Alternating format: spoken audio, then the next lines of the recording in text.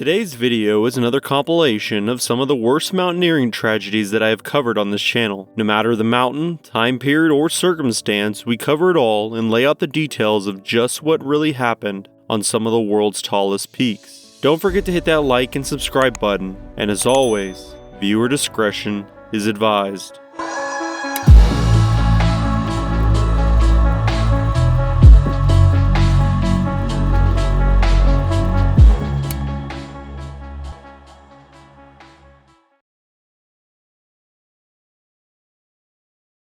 Life is about taking risks.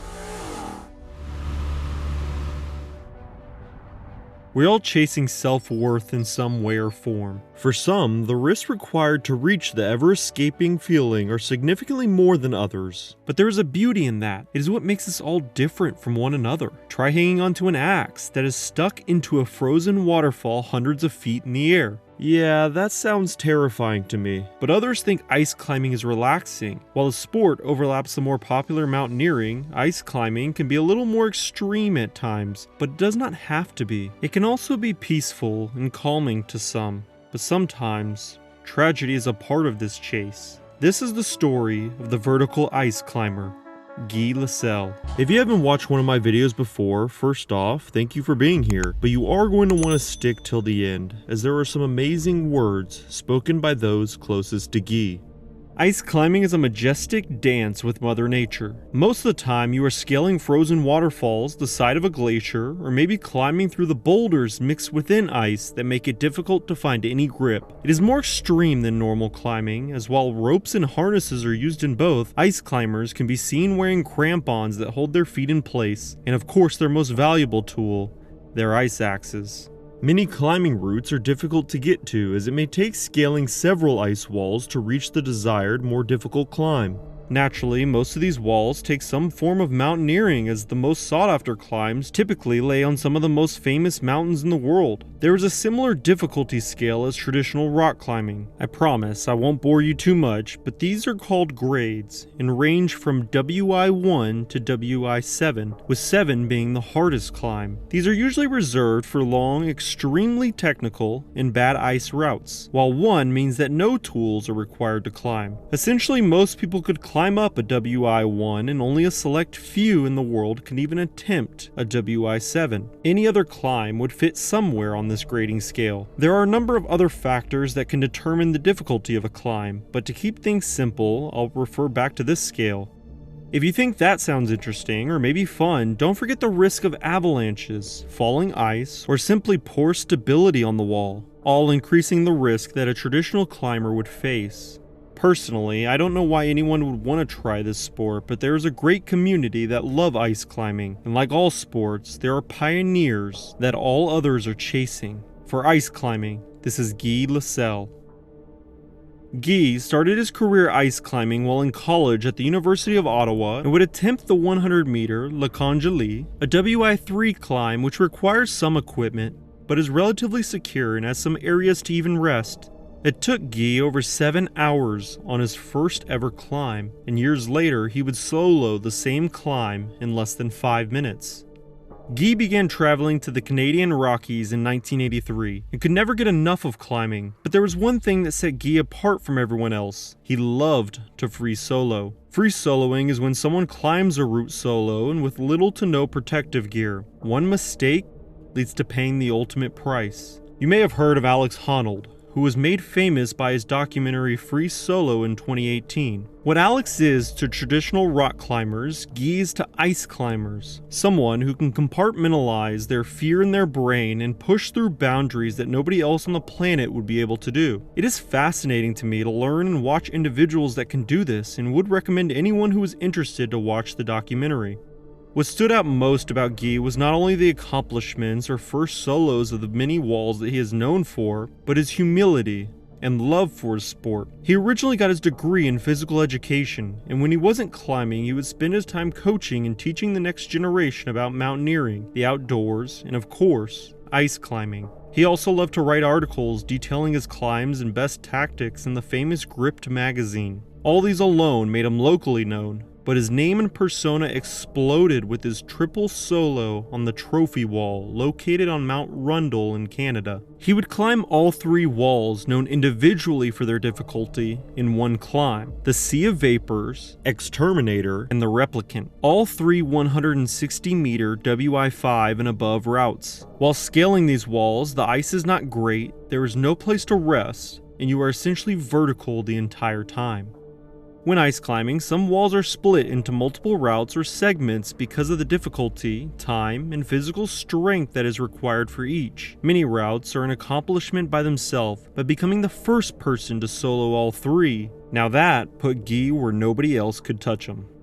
It was also common to find Guy at the many ice climbing competitions in the early 2000s, and he would become the ice champion in Colorado in 2000, 2001, as well as another competition in Quebec in 2004. This led to international recognition, and even more so when he won the Bill March Summit of Excellence Award in 1999. I could make a whole video about his accomplishments alone, and it would still do Guy a disservice to all that he meant to the sport. In December of 2009, Guy traveled to the Bozeman Ice Fest in Montana, one of the premier ice climbing festivals around the world. Guy had missed the competition the prior year in 2008 due to an injury, but was healthy and ready to take on the walls in 2009. To Guy, ice festivals were some of his favorite moments as he was able to enjoy the sport he loved with friends and other passionate climbers. It was early morning when Guy and his partner would set out on the gully wall.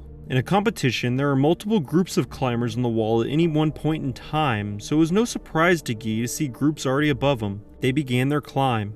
An ice axe, swinging into the frozen waterfall, stabilizing his body, then multiple kicks of his crampons into the ice as he planted his feet into the wall, searching for any stability. The same moves he did every year, and quicker than anyone else around. The same moves that he trusted with his life many times. Although he was climbing with a rope and partner, it only slightly changed Guy's usual approach. Since he wasn't free soloing, it would only slow him down slightly, but not by much. They were making their way up the frozen waterfall that was sectioned into 2 pitches on the side of a mountain. They were challenging for most, but more fun to a climber like Guy. As the day progressed, so did Guy and his partner. It had been over an hour since they had started the 2-pitch climb known as Silken Falls and were close to eclipsing the ice. They made quick work of the last few feet. They stood on top of the cliff looking down at what they had just accomplished, then quickly gathered their gear and began hiking up to a gully to their next wall of the mountain. It was common, especially in a festival, to complete one wall then hike to another further up the mountain, so the pair was not surprised with the other groups of climbers still ahead of them. It was at this moment, while the pair were hiking, that one of the groups above them gripped their ice axes and struck the slope of the mountain.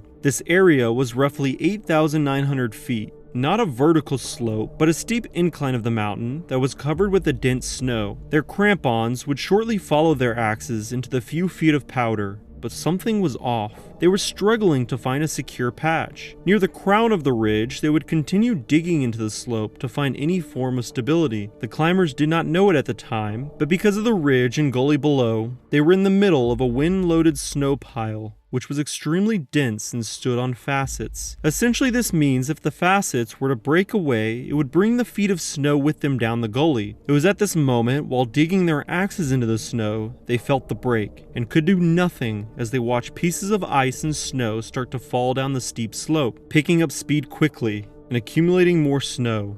It was a domino effect. Guy and his partner stood in the gully when they heard and felt an ice climber's worst nightmare, an avalanche heading straight for them.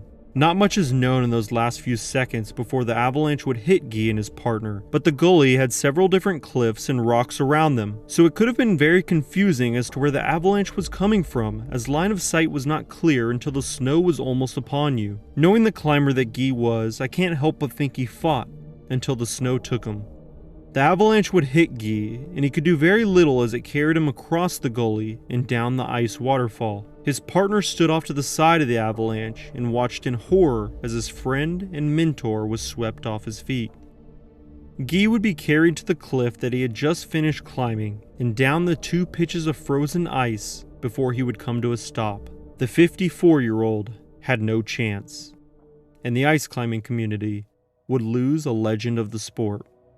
I wanted to do something different for this video. So instead of me telling you about what Guy meant to everyone in the ice climbing community as a whole, I thought I would share some words from the many climbers and loved ones that knew him best. His tribute video will be linked below, as they could describe who Guy was better than I ever could. There was nothing very superfluous about Guy. He just had these really succinct things in his life, and yeah. Guy loved to chronicle things, and he has a record of every single climb he's ever done. If he did it 100 times, it was going to be chronicled 100 times. Guy made these epic lists of his climbs and things he wanted to do, 10 best routes, 100 best routes. And those lists inspire us still. He did more new ice routes than anybody ever will. Just an amazing accomplishment.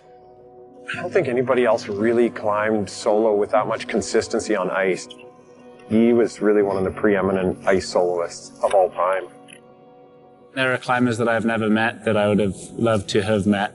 When I go ice climbing, I think of Guy, and it affects how I climb. Guy's climbing is legendary. I doubt anybody on Earth has soloed as much ice as Guy. And when I think about Guy, I actually don't think of his climbing first. I just think of him as a human. He was really ethical, and he worked hard, and was a good person to be around. He was a happy man, and he tried to spread his happiness wherever he went. Some people said he wasn't original. Others said he was crazy. Anyway, people thought he died poor because he had no money, but he felt he was the richest man on Earth because he had many friends all over the world.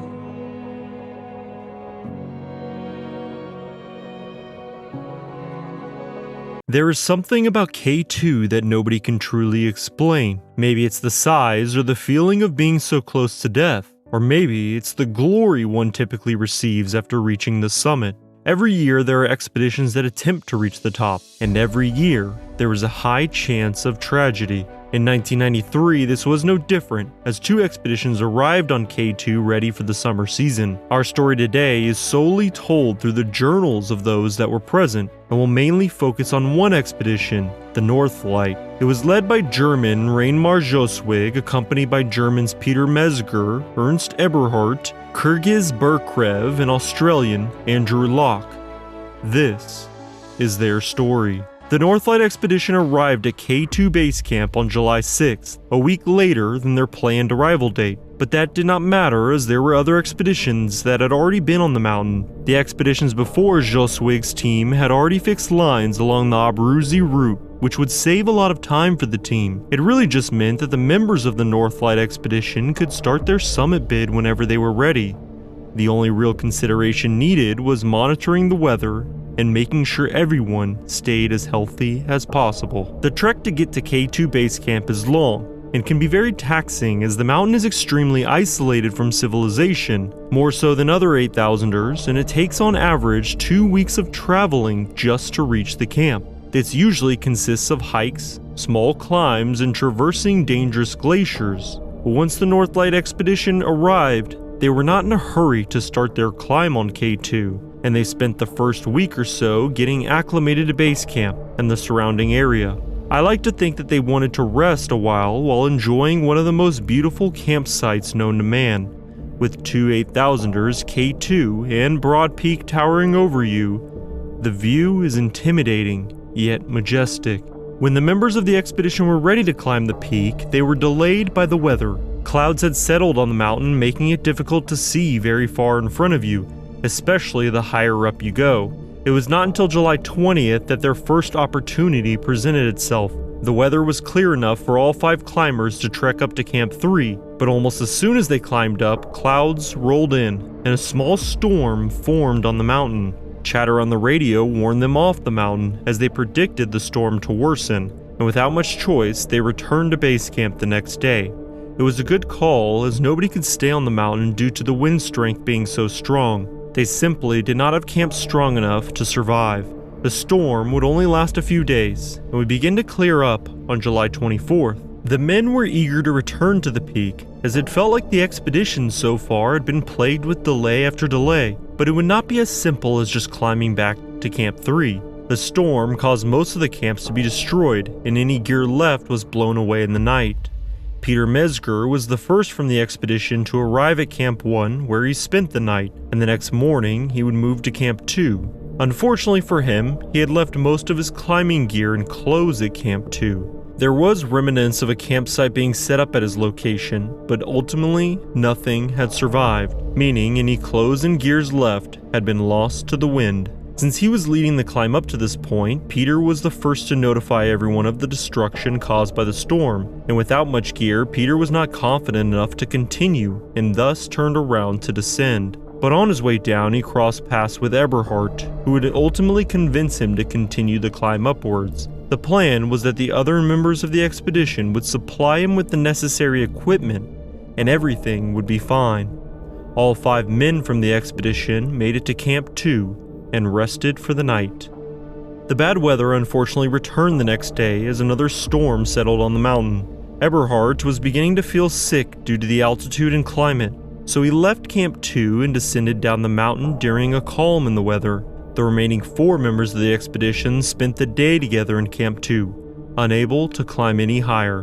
The weather would improve the next day, and so the 4 men worked upwards to reach Camp 3. Again, they were following the Abruzzi spur route, but most of the work that was done earlier during the season had been destroyed by the constant storms.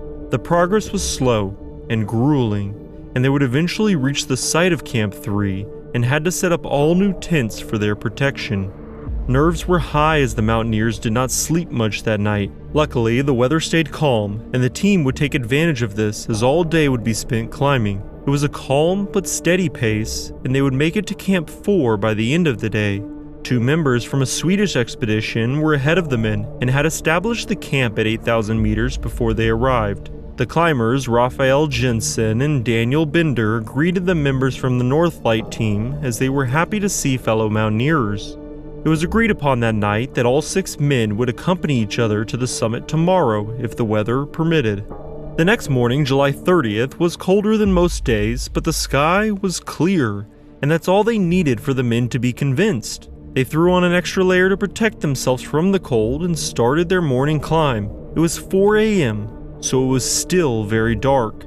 The men had to rely on their headlights and expertise of those that were familiar with the route to guide them. Once the sun did rise, the temperatures changed a few degrees, but it honestly was not that much more noticeable. However, the team was much happier now as they could all see the route in front of them. At 10 a.m., Peter Mezger and expedition leader Reinmar Joswig had made it to the infamous bottleneck, one of, if not the scariest part of a K2 summit bid. They had to refix the rope to traverse this 80-meter death trap, as the previous one had been lost in the snow. It took over 4 hours before they had finally finished setting up the proper gear, and by the time they had traversed the bottleneck, the remaining 4 climbers caught up to Mezger and Joswig. Pretty soon, all 6 men had traversed the bottleneck without any issues. The summit was only 300 meters away, visible to all of them.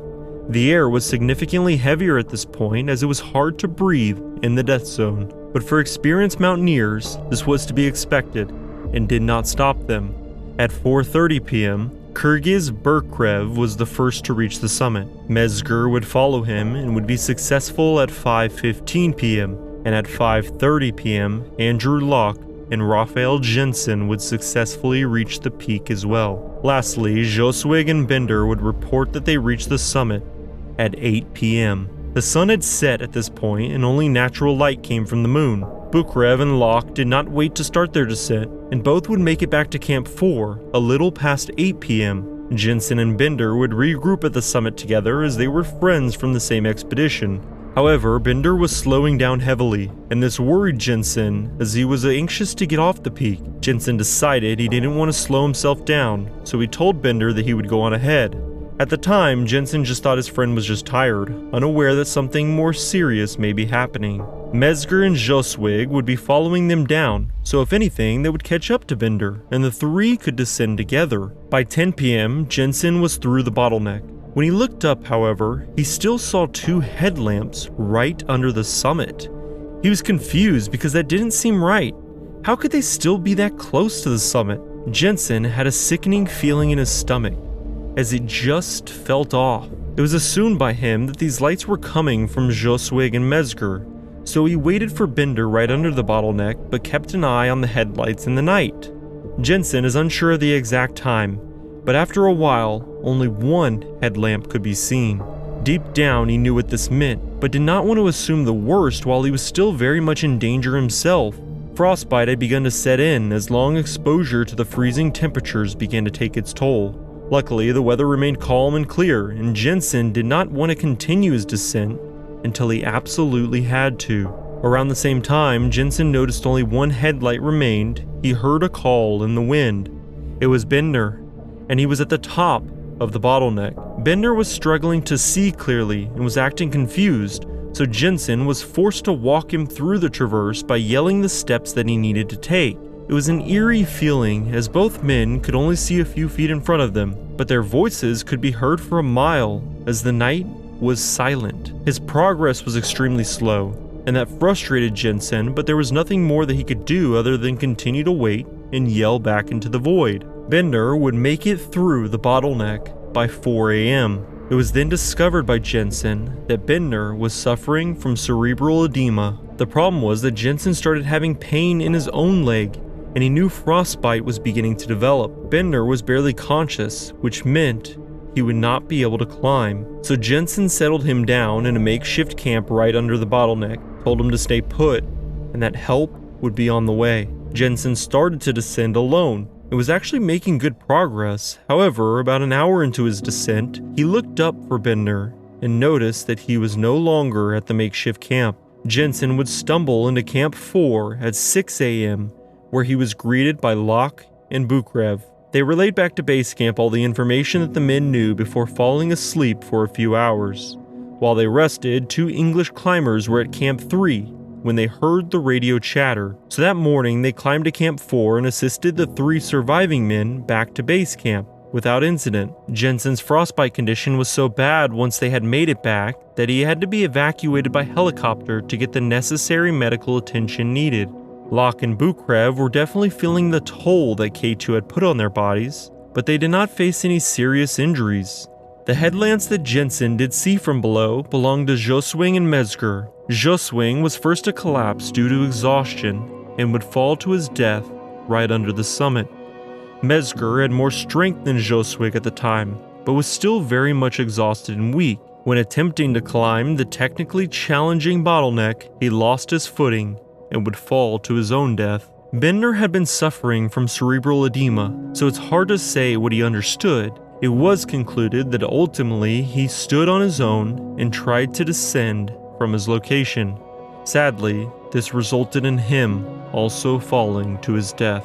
I've covered many of these stories time and time again. Something that is always noticeable is the chance of death is so much higher if the summit is reached later in the day. The surviving men's journals detail that all the men were not that excited when they did reach the summit, as they knew their trip was only halfway over, but most of them had no energy left. There is no doubt in my mind that Bukrev and Locke made the right decision to descend quickly. Jensen's story amazes me though, as his resilience to the conditions cannot be understated. He did everything in his power to help his friend, and that certainly means something.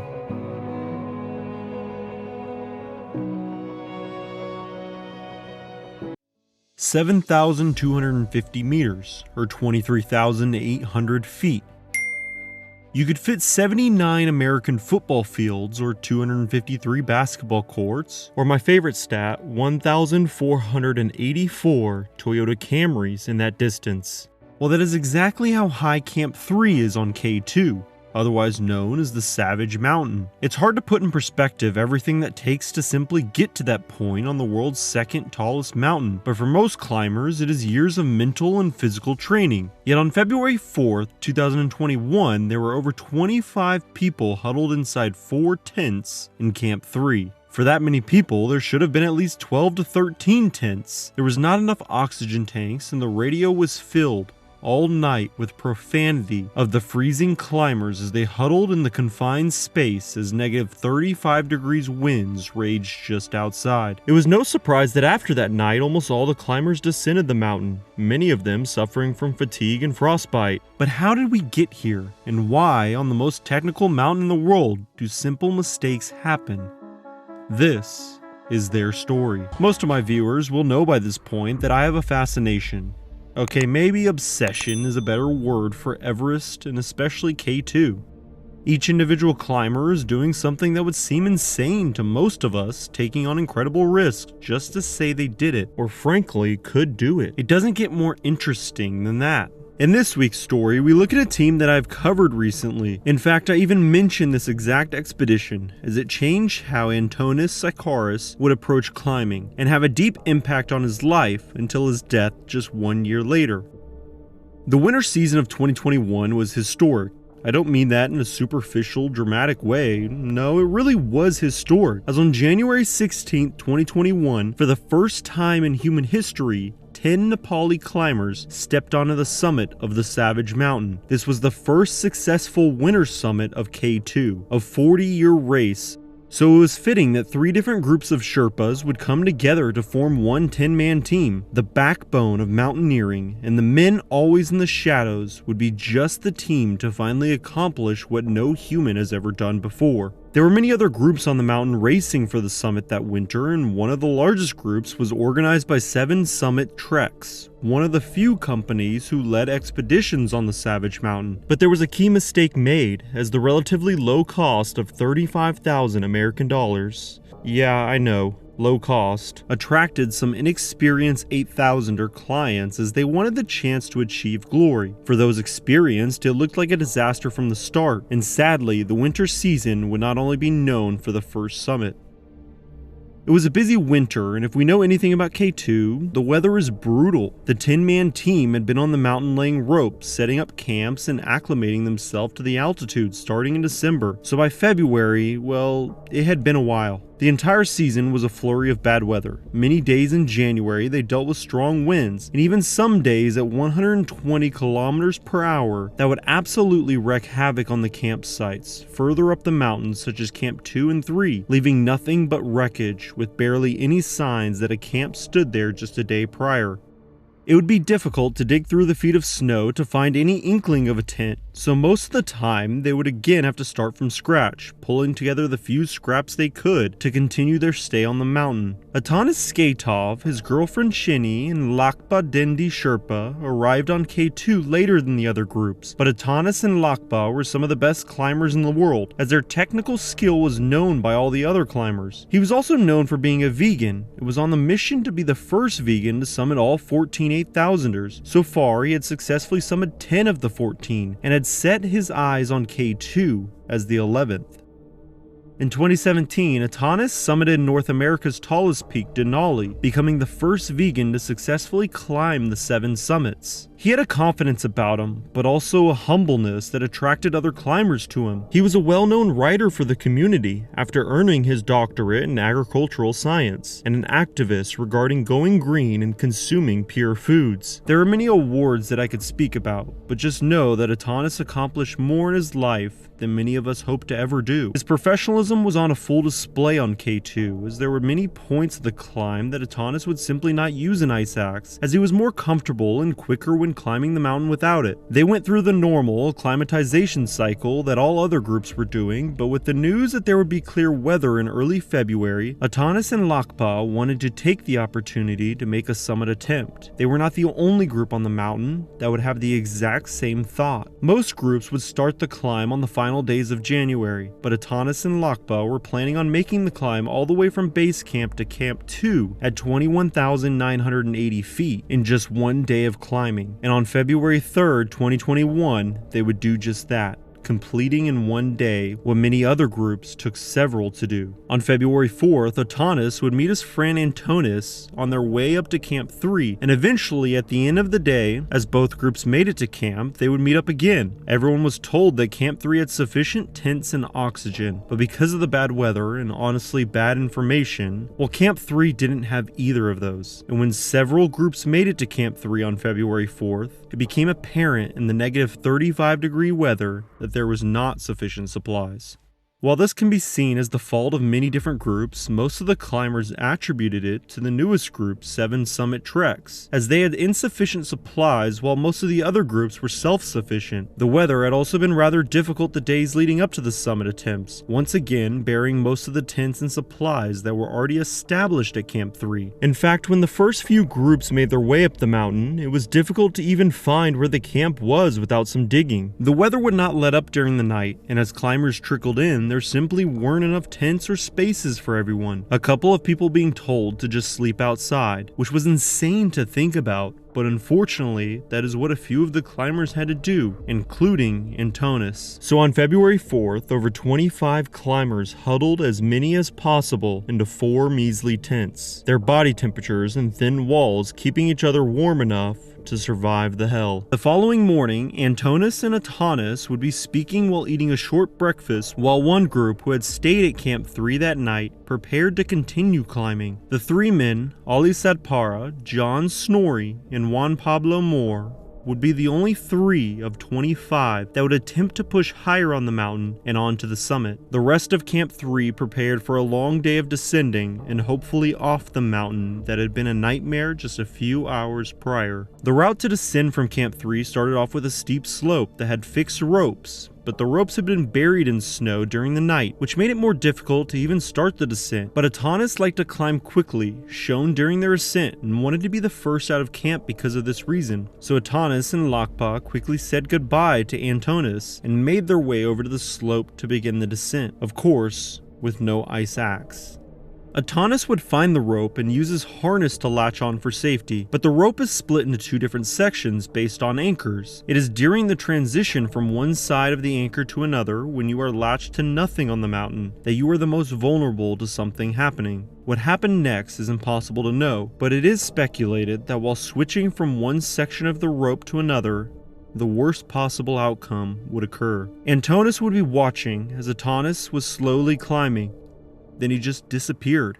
Lakpa would race back up the slope and say, "Antonio, Antonio, Atanas has fallen. Atanas is gone."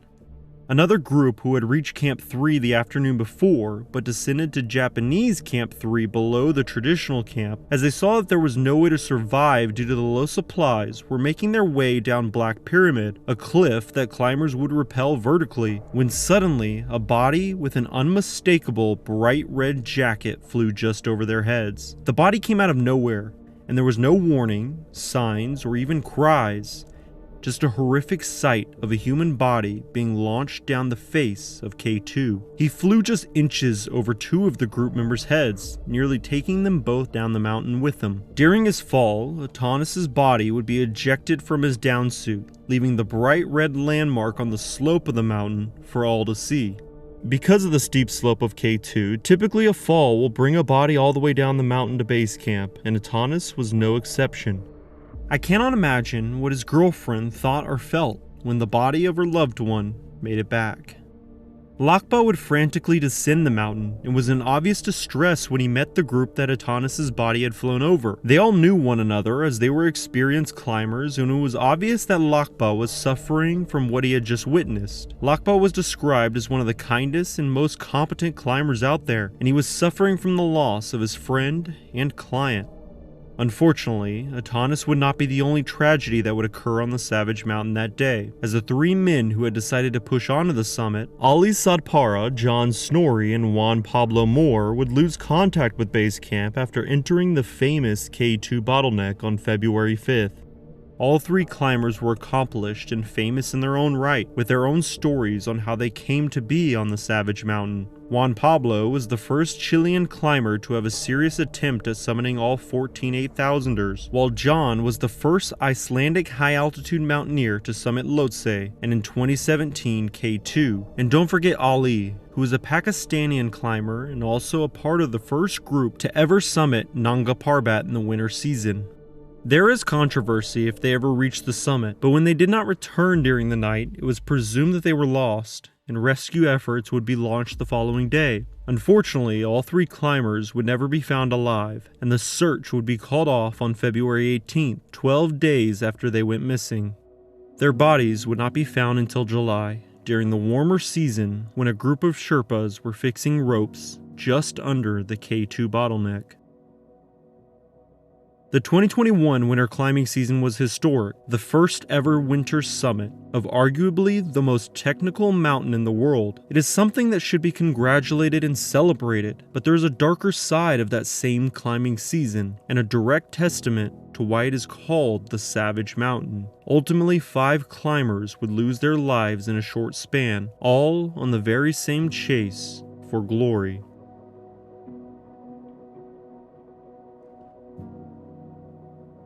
What would you do if you failed at a task 6 times? Would you try again? Would you give up? Perhaps you would only go for a 7th attempt if the reward was worth your time. Determination is a powerful tool that can take anyone far in life. The will to never give up.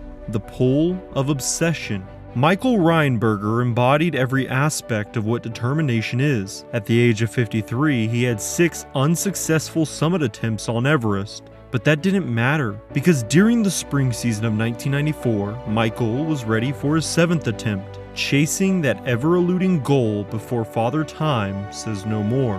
Mike's tale is one of inspiration, and of course, tragedy. This is his story. Australian Michael Rheinberger would arrive at Everest in early March of 1994, where he would join a large American expedition of over 40 individuals. Now, Michael was very familiar with the mountain, so more or less he acted as his own guide, meaning he would participate in the American expedition by helping move gear, but for the most part was left on his own accord. For Michael, this was perfect. It allowed him to take advantage of certain aspects the expedition would leave behind, like their fixed ropes and gear. But this would not be an easy task for the large group of climbers either. They were setting up the north route, although on certain days nothing could get done as the weather proved to be insurmountable. Other days they were able to make small progress. And by the end of March, Rongbuk Base Camp was fully operational, as well as Camps 1, 2, and 3 on Everest. Their progress did not stop there. On April 2nd, Camp 4 would be successfully pitched at 7,010 meters. Or 23,000 feet. The following days in April proved to be freezing with powerful gusts of wind. The ability to carry heavy equipment up and down the mountain was greatly hindered, and there would be multiple days through April that leaders in the expedition would attempt to establish Camp 5, but all were unsuccessful. The camp's location would be at 7,802 meters, but the clouds and winds made visibility hard to see. Luckily, the team had set up a fixed line along the northern ridge that allowed them to traverse a technically difficult climb. Tired and covered in snow, they finally secured Camp 5. However, the winds would tear down their work overnight. The men were frustrated, but did not let that deter them as they simply secured the tents again. But just when members of the expedition began to relax, a Sherpa had an unexpected stroke at Camp 4. Everything was put on hold as people leapt into action trying to help. The closest medical facility was in Kathmandu, over 12 miles away, so members of the expedition resorted to carrying the Sherpa down the mountain. Along the way, he would experience over 7 grand mal seizures while being carried. It would take the next 36 hours and the efforts of over 20 individuals, but they managed to get the Sherpa to proper help. Over the course of the whole ordeal, they had to administer 10,000 liters of oxygen, 10 liters of IV fluid, and anticonvulsive drugs. But I'm happy to say that the man did make a full recovery a month later. The incident caused a delay of about 10 days in all mountaineering tasks, and the expedition would need to prepare again for a summit push. Towards the end of May, the weather was calm, which created a perfect opportunity, and Michael would not let this chance pass him by. On May 26, Michael, along with fellow climbers Mark Wetu and David Staheli, were all positioned at Camp 6. Perfect location for their own summit push. The weather could not have been more perfect either. The trio agreed that they would climb together and would start their climb early in the morning. There really was nothing obscuring their vision from below, so base camp kept tabs on where the group was fairly easy. But as the day went on, you could see some signs that worried those watching. You see, Mark was a strong climber that had summited Everest 3 years earlier in 1991 by climbing the same route that they currently were on. So it's not like he was unfamiliar with those exact conditions. David was no stranger either. Being a well-known Alaskan climbing guide, he was a very strong climber in his own right. But it was obvious that 53-year-old Michael was slowing the group down badly. Their movement was very behind schedule, and it was clear from the spectators below that they would not have enough time to safely summit. They watched as the trio passed the first step.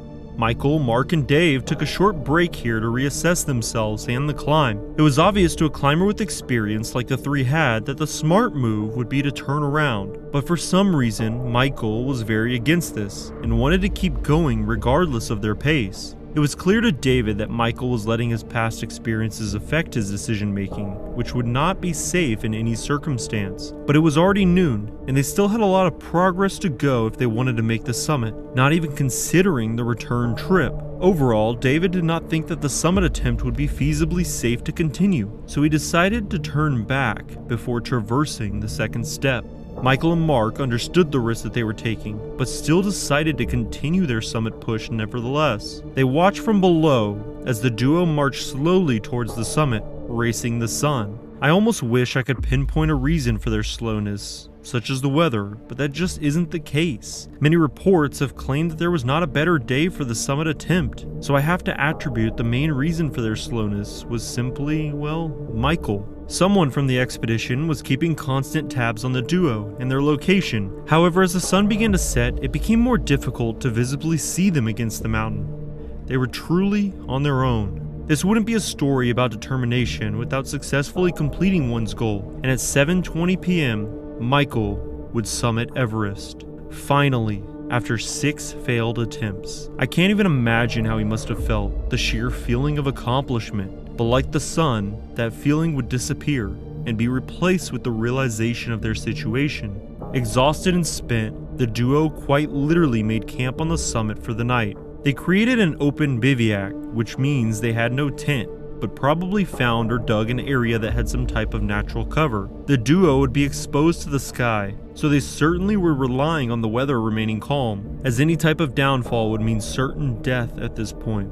It's rather obvious, but I will mention that they were well in the death zone, meaning their bodies were literally deteriorating the longer they remained above 8,000 meters. Add in the fact that Michael was relatively old for mountaineering, and it is safe to assume, based on the summit push, he was not in the best health. When the sun rose the next morning, they knew something was wrong. The weather was much colder and windier than the day before. This would also be noticed by members of the expedition from below. Luckily, there was a team ready to summit, waiting at Camp 6, so they were sent early in the morning to try and assist the duo. Michael and Mark began their descent early as well, but it was clear to Mark that Michael was having a very rough time. After even just a little progress, the duo had to stop to accommodate Michael and his health. But despite their continued slow pace, Michael's condition deteriorated more and more. He became snowblind early on in the day from the constant exposure to the sun and snow, which ultimately meant more delays. The longer the pair was in the death zone, the more effect it was having on each other and their bodies. As a few hours went by and the sun was well up in the sky, Michael's legs faltered. They would no longer support the weight of his body. Mark knew that help was on the way, but they would not be close enough for them to survive long. Mark began carrying him down the mountain, as the only other option was to abandon Michael. It might seem like a simple decision at first to help your fellow climber, but understand that Mark was under the same conditions, and his body was not taking kindly to the death zone either. It was clear that he was becoming fatigued as well, and he knew the longer he stayed in the altitude, the higher his chance of death. Despite all this, they spent 11 hours descending through the day. The duo would only cover a measly 900 feet before darkness overtook them. Mark did not know this at the time, but the rescue team would not be climbing up to meet them. They had to stop their climb due to the windy conditions and never made it past the first step. At the time of sunset, Mark had carried Michael to just under the second step, and despite his determination to help his fellow climber, he could not carry him any further.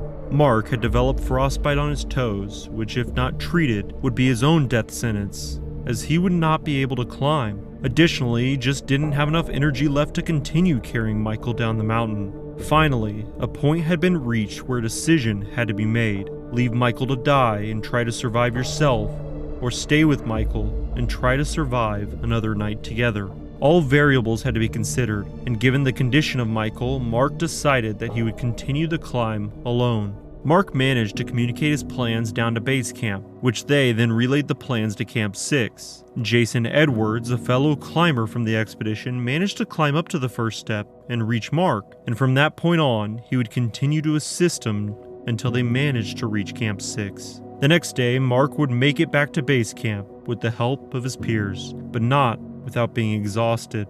By the end of the trip, he was limping and utterly spent. Advanced frostbite had developed to cover his feet, but Mark would make a full recovery. Michael, on the other hand, tragically died on Everest just under the second step. Some may look at this story and think Michael was foolish, but it's really hard to say after covering so many mountaineering tragedies. There's a certain aurora that these mountains create, and a few individuals fall in love with them. Michael was simply just one of those people. Just a simple man with an obsession that caused him to be so determined he looked the other way in the face of danger. I certainly have to admire that.